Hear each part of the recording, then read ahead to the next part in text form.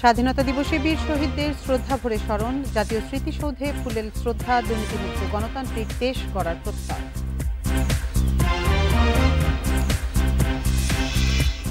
দ্বিতীয় স্বাধীনতা বলে কিছু নেই বলছে বিএনপি। ৭১-এর প্রত্যাশা পূরণ না হওয়াতেই ২৪-এর গণ অভ্যুত্থান দাবি এনসিপির।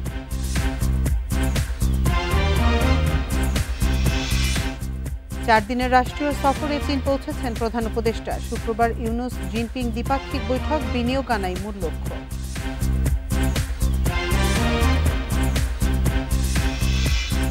ভোগান্তি ছাড়াই ঈদযাত্রায় ঢাকা ছাড়ছে মানুষ, ট্রেন ছেড়েছে নির্ধারিত সময়ে, সড়কেও চাপ বেশি নয়।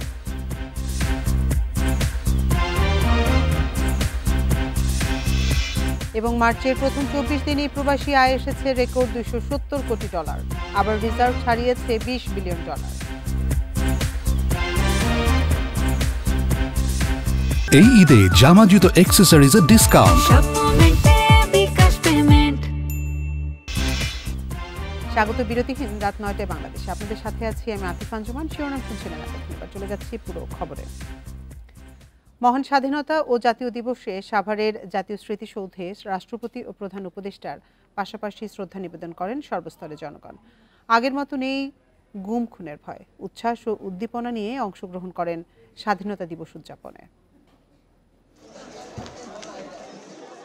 সূর্যোদয়ের পর থেকেই সাভার স্মৃতিসৌধে বিভিন্ন শ্রেণী পেশার মানুষের আনাগোনা। স্বাধীনতার ৫৪ বছর পরেও জাতির শ্রেষ্ঠ সন্তানদের শ্রদ্ধা জানাতে ঢল নামে সাধারণ মানুষের। বিগত যে কোনো সময়ের চেয়ে এবারে স্বাধীনতা দিবসের তাৎপর্য ভিন্ন। কারো চোখে মুখে নেই গুম খুন ও বাক স্বাধীনতা হরণের ভয়। উচ্ছ্বাসের মধ্য দিয়ে সর্বসাধারণের আগমনে মুখর হয়ে ওঠে জাতীয় স্মৃতিসৌধ প্রাঙ্গণ। ২৪-এর গণঅভ্যুত্থান পরবর্তী বাংলাদেশে একটি যে রাজনৈতিক যে সহাবস্থান নিশ্চিতের যেই জায়গাটি, সেটি আমরা মনে করছি যে সম্পন্ন হয়েছে। শ্রদ্ধা নিবেদন করতে এসেও অন্তর্বর্তীকালীন সরকারের প্রতি নানা আহ্বান ছিল রাজনৈতিক নেতাদের। তারা বলেন, প্রয়োজনীয় সংস্কার শেষে দ্রুত নির্বাচিত সরকারের কাছে ক্ষমতা হস্তান্তর করতে হবে।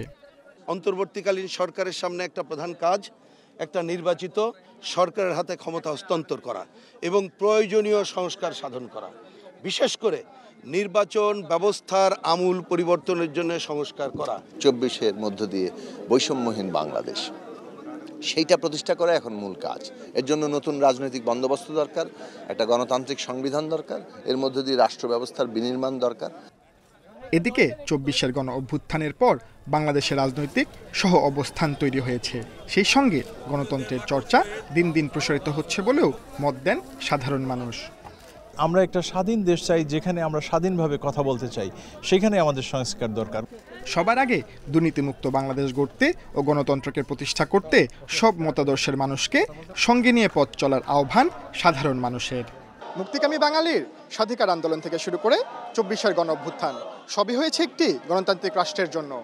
প্রয়োজনীয় সংস্কারে মিলবে গণতন্ত্র, মিলবে বৈষম্য থেকে মুক্তি, এমনই প্রত্যাশা আমজনতার। Sajjad Hossain, Independent News, Savar. ২৪-এর গণ অভ্যুত্থান দ্বিতীয় স্বাধীনতা কিনা এ নিয়ে দ্বিমত বিএনপি এনসিপির। মির্জা আব্বাসের মত, দ্বিতীয় স্বাধীনতার কথা বলে প্রশ্নবিদ্ধ করা হচ্ছে মুক্তিযুদ্ধকে। অন্যদিকে নাগরিক পার্টির প্রধান নাহিদ ইসলামের দাবি, ৭১ ও ২৪-কে যারা পরস্পর বিরোধী বলছেন, গণ অভ্যুত্থানকে ধারণ করতে পারেননি তারা। পূবের আকাশে যখন রক্তলাল সূর্য, তখন ৫৪ পেরিয়ে ৫৫তম স্বাধীনতা দিবসে জাতি। শোষণ বৈষম্যর বিরুদ্ধে বাঙালির লড়াই, আত্মত্যাগ স্মরণে জাতীয় স্মৃতিসৌধে সমবেত সর্বস্তরের জনতা। ৭১-এর পর ২৪-এর জুলাইয়ের গণ অভ্যুত্থান হয়েছে সংস্কার আর পরিবর্তনের অঙ্গীকারে। অনেকেই একে বলছেন দ্বিতীয় স্বাধীনতা, তবে তা নিয়ে দ্বিমত বিএনপির।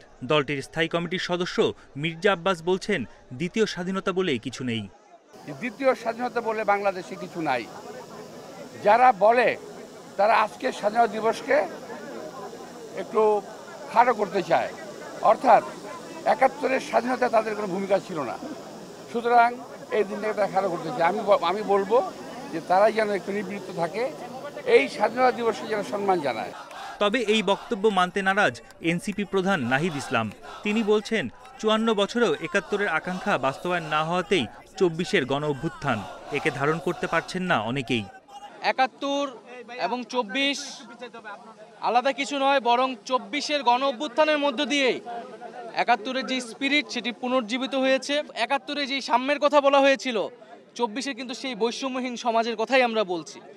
বলে যারা এটাকে আসলে পরস্পর বিরোধী বা মুখোমুখি করে দাঁড়া করাচ্ছে, তাদের উদ্দেশ্য অসৎ এবং কেবল কোনো একটি দলকে ক্ষমতায় বসানোর জন্যই যদি নির্বাচন চাপিয়ে দেওয়া হয় সংস্কার এবং বিচার ছাড়া, তাহলে তা অবশ্যই মেনে নেওয়া হবে না।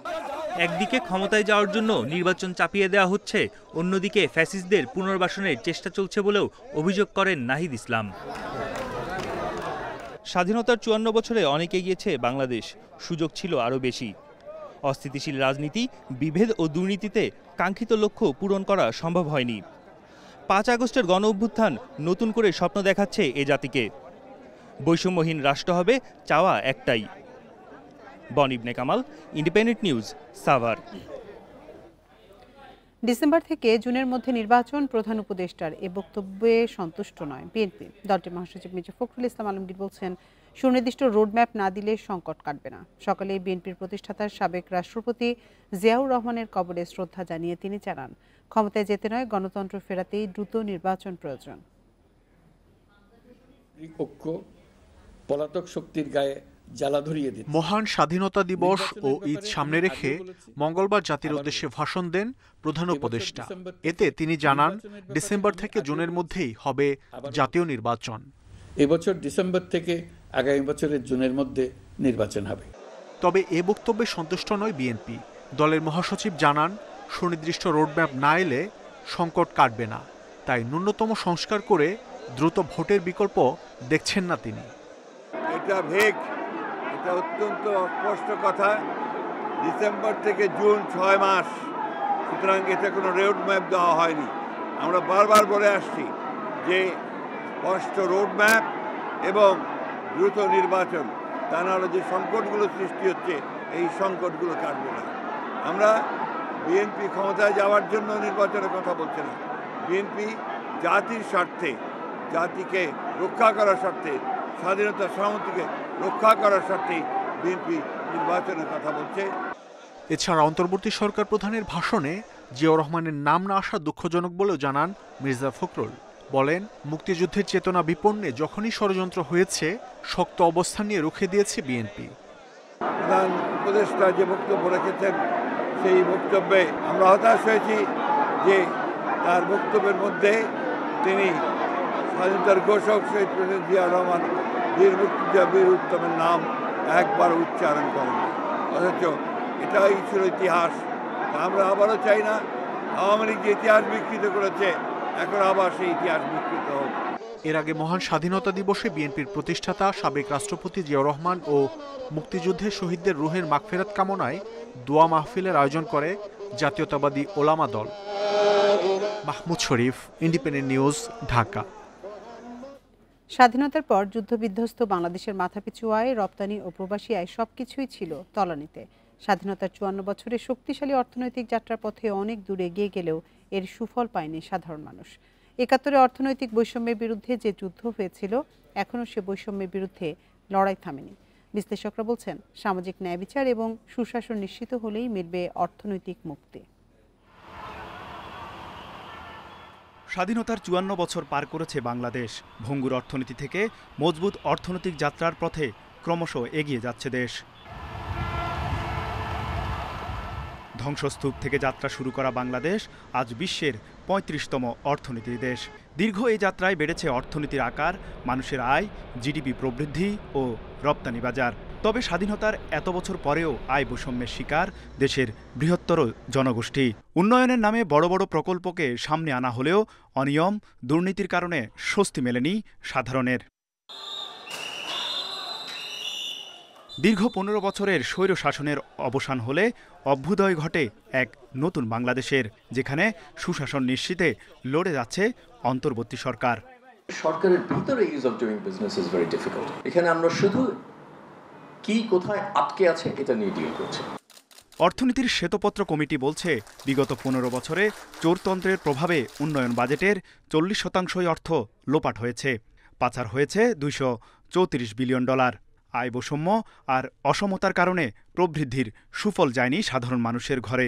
ধনী গরিবের ব্যবধানটাকে কমিয়ে আনার জন্য ইনভেস্টমেন্ট প্রসিডিওরটাকে যদি আমরা সেরকম পদ্ধতিগত পরিবর্তন করতে পারি, তাহলে আমরা ইকুইটেবল ডিস্ট্রিবিউশন যদি সম্পদের হয়, তাহলে যে আমরা অর্থনৈতিক মুক্তিটাও আমরা আশা করতে পারি। উদ্যোক্তারা বলছেন, অর্থনীতিকে টেকসই করতে অভ্যন্তরীণ সম্পদকে কাজে লাগিয়ে বিনিয়োগ ও কর্মসংস্থান বাড়ানো গেলে কমবে আয় বৈষম্য। আমাদের অগ্রাধিকার দিয়ে সেখানে আকর্ষণীয় করে দিতে হবে, যাতে সেখানে বিনিয়োগকারীরা সহজেই এখানে বিনিয়োগকে নিরাপদ এবং লাভজনক এবং টেকসই করতে পারে। তখনই আপনার অর্থনীতিটা ধীরে ধীরে এগিয়ে যাবে। মহান মুক্তিযুদ্ধের চেতনা, জুলাই বিপ্লবের অঙ্গীকার ও নতুন প্রজন্মের হাত ধরে আগামীর বাংলাদেশ হবে অর্থনৈতিক বৈষম্য মুক্তির প্রত্যাশা বিশ্লেষকদের। তৌহিদ রানা, ইন্ডিপেন্ডেন্ট নিউজ, ঢাকা। বাংলাদেশের জনগণকে মহান স্বাধীনতা দিবসের শুভেচ্ছা জানিয়েছেন ভারতের রাষ্ট্রপতি দ্রৌপদী মুর্মু ও প্রধানমন্ত্রী নরেন্দ্র মোদী। বাংলাদেশের শান্তি, স্থিতিশীলতা ও সমৃদ্ধির জন্য অংশীদারিত্ব এগিয়ে নেয়ার প্রতিশ্রুতি জানিয়েছেন তারা। বুধবার আলাদা দুটি বার্তায় শুভেচ্ছা জানান তারা। রাষ্ট্রপতি মোহাম্মদ শাহাবুদ্দিনকে পাঠানো বার্তায় ভারতের রাষ্ট্রপতি দ্রৌপদী মুর্মু বলেন, বাংলাদেশ ভারত সম্পর্ক বহুমুখী, যা বাণিজ্য, উন্নয়ন ও সংস্কৃতি সহ বিভিন্ন খাতে বিস্তৃত। ভারত বাংলাদেশকে গণতান্ত্রিক, স্থিতিশীল, শান্তিপূর্ণ দেশ হিসেবে দেখতে চায় বলে উল্লেখ করা হয় বার্তায়। অন্যদিকে প্রধান উপদেষ্টা ডক্টর মোহাম্মদ ইউনূসের কাছে পাঠানো শুভেচ্ছা বার্তায় ভারতের প্রধানমন্ত্রী নরেন্দ্র মোদী বলেন, ২৬শে মার্চ ভারত বাংলাদেশের অভিন্ন ইতিহাস ও আত্মত্যাগের প্রতিফলন, যা দুই দেশের সম্পর্কের ভিত্তি গড়েছে। দ্বিপাক্ষিক স্বার্থকে গুরুত্ব দিয়ে একসাথে কাজ করার প্রতিশ্রুতিও দেন মোদী।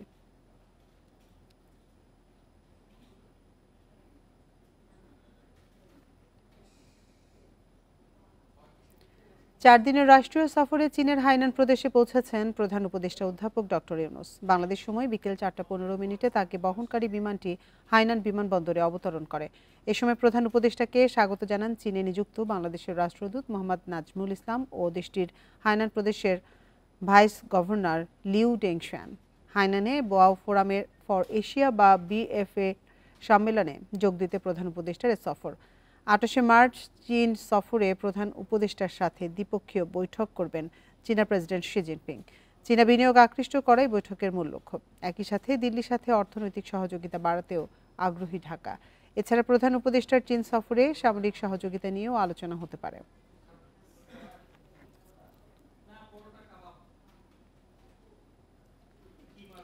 ছুটির দিনে ভোগান্তি ছাড়াই ঈদযাত্রায় রাজধানী ছাড়ছে মানুষ। কমলাপুর থেকে সব ট্রেনই ছেড়েছে নির্ধারিত সময়।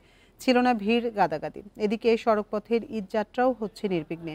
সকালের দিকে কিছুটা যাত্রীচাপ থাকলে এ বেলা বাড়ার সাথে সাথে তা কমে আসে। বাড়তি ভাড়া নেওয়ার অভিযোগও করেননি যাত্রীরা। ঈদের বাকি এক সপ্তাহের কিছু কম। অফিস আদালতের ছুটি শুরুর আগেই রাজধানী ছাড়তে শুরু করেছে মানুষ। ট্রেনে ঈদযাত্রায় ভিড় দেখা যায়নি কমলাপুরে। ভোগান্তি ছাড়াই নিজ নিজ গন্তব্যে যাচ্ছেন যাত্রীরা। শিডিউল বিপর্যয় না হয় নির্ধারিত সময়ই ছেড়ে গেছে বেশিরভাগ ট্রেন। এতে স্বস্তিতে ঘরমুখ মানুষ। এখন পর্যন্ত কোনো ভোগান্তিতে পড়ি নাই, হালকা পাতলাই আছে, ভালোভাবে উঠতে পারছি। মানুষজন দেখতে পেলাম যে যা যা ট্রেন থেকে গন্তব্যে টিকিটের সাথে সাথে সবাই মোটামুটি চলে যাচ্ছে। কোনো ভোগান্তি না, কমলাপুরে কোনো ধরনের ভোগান্তি বা হ্যারাসমেন্টের আমি আমার নজরে পড়িনি। চেকিং এ এখানেও কোনো ধরনের হ্যারাসমেন্ট হয় নাই। একবার শুধুমাত্র ওনারা সিকিউরিটি দেখলেন আর কি, সবকিছু ভালো ছিল। এদিকে মহাখালী, গাবতলী সহ বিভিন্ন আন্তজেলা বাস টার্মিনালের কাউন্টারে যাত্রীর অপেক্ষায় পরিবহন কর্মীরা। যে কয়জন যাত্রী আসছেন তাদের নিয়েই ছাড়া হচ্ছে বাস। এতে অনেক আসনই থাকছে ফাঁকা। স্বাচ্ছন্দ্যে যাত্রা করতে পেরে উচ্ছ্বাস প্রকাশ করছেন যাত্রীরা। 310 আর হচ্ছে বাস তো ফাঁকাই দেখতেছেন, তেমন একটা ক্রাউডেড প্লেসও নয়, আর লোকজনও লাইনে দাঁড়ানো খুব বেশি না। আজকে মোটামুটি ফাঁকাই মনে হচ্ছে। না, এখনও তেমন ভিড় হয় নাই। এখন শুক্র শনিবার দিন ছুটি হলে তেমন ভিড় হতে পারে অথবা পরিবহন সংশ্লিষ্টরা বলছেন এবার ঈদে লম্বা ছুটির কারণে যাত্রীর চাপ কম। তবে ঈদ কাছে আসলে যাত্রী বাড়ার আশা তাদের। আল আমিন হোসেন, ইন্ডিপেন্ডেন্ট নিউজ, ঢাকা। ঈদের বোনাস পরিশোধ করা হয়েছে বলে দাবি করেছে ৯৫ ভাগ পোশাক কারখানা। মার্চের আংশিক বেতন পরিশোধ করা হয়েছে বলছে ৫০ ভাগ কারখানা মালিক। তৈরি পোশাক শিল্প মালিকদের সংগঠন BGME এমন দাবি করলেও শিল্প পুলিশের তথ্য ভিন্ন। তারা বলছে বুধবার দুপুর পর্যন্ত মার্চের বেতন দিয়েছে ১৩% কম কারখানা। গত প্রায় ৫ দশকে তৈরি পোশাক শিল্পে বিনিয়োগ ও রপ্তানি আয় বহুগুণে বাড়লেও শ্রমিক অস্থিরতা পুরোপুরি কাটেনি। ঈদের আগে বেশ কয়েকটি কারখানায় প্রতি বছরই বেতন বোনাস পরিশোধে গড়িমসি দেখা যায়। এবারও বকেয়া পাওনার দাবিতে কোথাও কোথাও আন্দোলন করছেন শ্রমিকরা। তবে শিল্প মালিকদের সংগঠন বিজিএমইএ বলছে, আগের বন্ধ হওয়া কারখানার শ্রমিকরাও আন্দোলনে সামিল হয়েছে। সচল কারখানার বেশিরভাগই বোনাস পরিশোধ করেছে। ঈদের ছুটির আগেই পরিশোধ হবে চলতি মাসের আংশিক বেতনও। 70% পোশাক কারখানায় ছুটি হবে 28 ও 29 মার্চ। আমার জানা মতে প্রায় 50% উপরে বেতন হয়ে গেছে। যেমন আমরা আমাদের কোম্পানিতে বেতন দিব কালকে, আমরা গতকালকে ব্যাংকে দিয়ে দিয়েছি টাকাটা। আগামীকাল ইনশাল্লাহ ওয়ার্কাররা ওনাদের অ্যাকাউন্টে পেয়ে যাবেন। তো শেষে এইটাই ইন্ডাস্ট্রি প্র্যাকটিস। বোনাসটা আমাদের প্রায় আই থিঙ্ক 96-97% লোক বোনাস দিয়ে দিয়েছে। কিছু কিছু ক্ষেত্রে ওয়ার্কাররা কিছু জায়গা ঘেরাও করেছে, রাস্তাঘাটে কিছু সমস্যা হয়েছে। সেগুলি হচ্ছে পুরনো ফ্যাক্টরি, পুরনো বন্ধ হয়ে যাবে বেশ কিছু ফ্যাক্টরি। এদিকে শিল্প পুলিশের তথ্য বলছে 26 মার্চ দুপুর 12টা পর্যন্ত শিল্পাঞ্চলে চলতি মাসের বেতন পরিশোধ হয়েছে 13% কম কারখানায়। বেতন পরিশোধে সবচেয়ে পিছিয়ে টেক্সটাইল ও নিটিং কারখানাগুলো। শ্রমিকদের বকেয়া বেতন ভাতা ও ক্ষতিপূরণ পরিশোধ না করায় 12টি পোশাক কারখানার মালিকদের বিদেশ যাত্রায় নিষেধাজ্ঞা দিয়েছে সরকার। যারা সামর্থ্য থাকার পরেও দিচ্ছে না তাদের, আপনি দেখেছেন যে উপদেষ্টা কমিটির এটা আসছে, যেরকম তারা বাইরে যেতে পারবে না, এরকম এই জিনিসগুলো বেশ কিছু সিদ্ধান্ত গতকাল মিটিং এ আসছে আর কি। আর যারা সিক আছে তাদের ব্যাপারে কি করছেন? তাদের ব্যাপারে যেমন রোর নিয়ে আজকে বসা হচ্ছে, মাহমুদ জামিল এইগুলো সব সাপোর্ট দিয়ে সবকিছু করে এটাকে একটা ভালো অবস্থানে নেওয়ার জন্য আমরা চেষ্টা করছি, যেন শ্রমিক ভাইয়েরা যেন তাদের বেতনটা পেয়ে যায়। জানা যায়, জনবল না থাকায় শিল্প পুলিশের হিসাবে ঢাকা মহানগরের প্রায় 400 কারখানার তথ্য যুক্ত হয়নি। Hari Saha, independent news, Dhaka. মার্চের 24 দিনেই প্রবাসী আয়ে নতুন রেকর্ড হয়েছে। এই সময় রেমিট্যান্স এসেছে $275 কোটি, যা একক মাসের হিসেবে সর্বোচ্চ। বাংলাদেশ ব্যাংক জানিয়েছে, অর্থ পাচার রোধে সরকারের কঠোর অবস্থানের কারণে অবৈধভাবে বিদেশে টাকা পাঠানো কমেছে। ঈদ উপলক্ষে অতিরিক্ত অর্থ পাঠাচ্ছেন প্রবাসীরা। এ কারণেই রেমিট্যান্সে রেকর্ড হয়েছে। প্রতি ঈদেই বাড়ে প্রবাসী আয়। স্বজনদের ঈদ উপহারের জন্য প্রতি বছরই বাড়তি রেমিটেন্স পাঠান প্রবাসীরা। তবে এবার প্রবাসী আয় সব রেকর্ড ভেঙেছে। মার্চ শেষ হতে 7 দিন বাকি থাকতেই একক মাসে প্রবাসী আয় যে কোনো সময়ের চেয়ে সর্বোচ্চ পর্যায়ে পৌঁছেছে। মাসের 24 দিনে বৈধ পথে $275 কোটি সমপরিমাণ টাকা পাঠিয়েছেন প্রবাসীরা। এর আগে একক মাসে সর্বোচ্চ $264 কোটি রেকর্ড ছিল গত বছরের ডিসেম্বরে। যারা কখনোই ব্যাংকিং চ্যানেলে দেশে টাকা পাঠাতেন না, কিন্তু পরিবর্তিত পরিস্থিতিতে তাদের মাইন্ড সেটআপ চেঞ্জ হয়েছে, ব্যাংকিং চ্যানেল দিয়ে টাকা পাঠাচ্ছে। অর্থাৎ একই সাথে দুইটি ইস্যু যোগ হয়েছে, তাদের দেশপ্রেম এবং নাম্বার 2 হচ্ছে ঈদ। এই দুটিরই যৌথ ইফেক্ট দেখা যাচ্ছে যে রেমিটেন্সের যে উচ্চ প্রবাহ। এদিকে রেমিটেন্সের উচ্চ প্রবৃদ্ধির কারণে রিজার্ভ আবারও $20 বিলিয়ন বা $2000 কোটি ছাড়িয়েছে। ডলারের দরও এখন 122 টাকায় স্থিতিশীল অবস্থায় রয়েছে। প্রবাসী আয়ের এই ধারা অব্যাহত থাকলে চলতি মাসে মোট রেমিটেন্স $300 কোটি ছাড়িয়ে যেতে পারে বলে ধারণা সংশ্লিষ্টদের। ফলে রেমিটেন্স আয়ে নতুন মাইলফলক অর্জনের দিকে এগিয়ে যাচ্ছে বাংলাদেশ। ইফাতারা, independent news. স্বাধীনতা ও জাতীয় দিবসকে সামনে রেখে ঢাকার সদরঘাট নদীবন্দরে বাংলাদেশ নৌবাহিনীর জাহাজ বানৌজা চিত্রা সবার পরিদর্শনের জন্য উন্মুক্ত ছিল। বুধবার বেলা 12টা থেকে বিকেল 4টা পর্যন্ত বিআইডব্লিউটিএ রকেট ঘাটে যুদ্ধ জাহাজটি উন্মুক্ত রাখা হয়। সাধারণ মানুষের পাশাপাশি আগ্রহী তরুণরা নৌবাহিনীর জাহাজটি দেখতে আসেন। নৌবাহিনী বলছে, তাদের এ আয়োজনের মধ্য দিয়ে দেশবাসী তাদের সক্ষমতা ও কার্যক্রম সম্পর্কে সরাসরি ধারণা নেওয়ার সুযোগ পায়। এছাড়া বাহিনীটি মনে করে এর মাধ্যমে তাদের দায়িত্ব সম্পর্কে সবার মাঝে আরও সচেতনতা তৈরি হবে। দর্শনার্থীদের নিরাপত্তা দেওয়ার জন্য নৌবাহিনী এবং পুলিশের সদস্যরা উপস্থিত ছিলেন।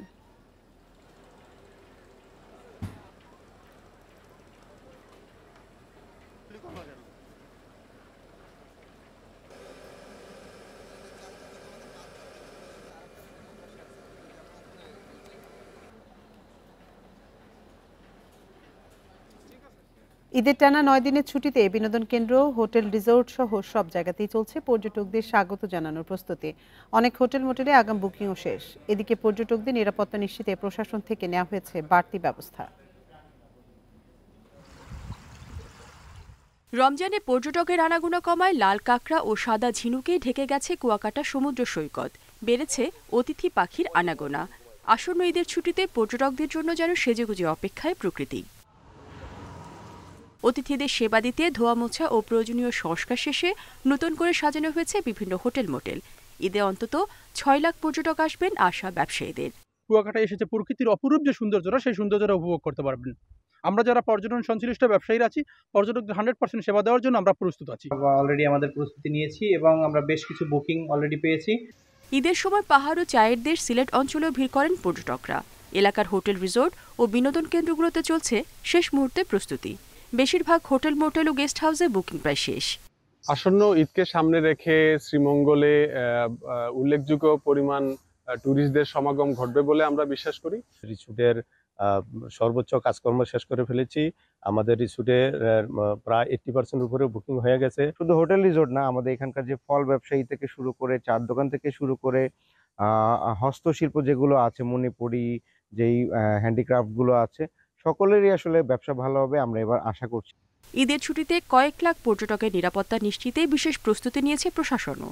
সেই জায়গাটাকে সিসিটিভি ক্যামেরার আওতায় নিয়ে আসার জন্য আমরা উদ্যোগ গ্রহণ করেছি এবং রিসোর্ট এরিয়ায় নিরাপত্তা নিশ্চিত করার জন্য আমরা স্ট্রিট সোলার লাইট স্থাপন করে দিচ্ছি। পর্যটকরা নির্বিঘ্নে তাদের যে আশা নিয়ে আসবে, আমরা সেই আশা পূরণ করার জন্য আমরা সর্বদা চেষ্টা করব যাতে কোনো ধরনের আইন শৃঙ্খলা বিশৃঙ্খলা পরিস্থিতি না ঘটে। মাধবকুণ্ড ঝর্ণা, লাওয়াছড়া জাতীয় উদ্যান, হাকালুকি হাওর, মাধবপুর লেক, সবুজ চা বাগান সহ মৌলভীবাজারে রয়েছে 50টির বেশি দর্শনীয় স্থান। রেশমি নন্দী, ইন্ডিপেন্ডেন্ট নিউজ। আর এ ছিল বিরতিহীন রাত 9টায় বাংলাদেশে। ইন্ডিপেন্ডেন্ট টেলিভিশনে সব খবরে বিস্তারিত জানতে এখন ফেসবুক, ইউটিউব এবং এক্সে। এতক্ষণ সাথে থাকার জন্য ধন্যবাদ সবাই।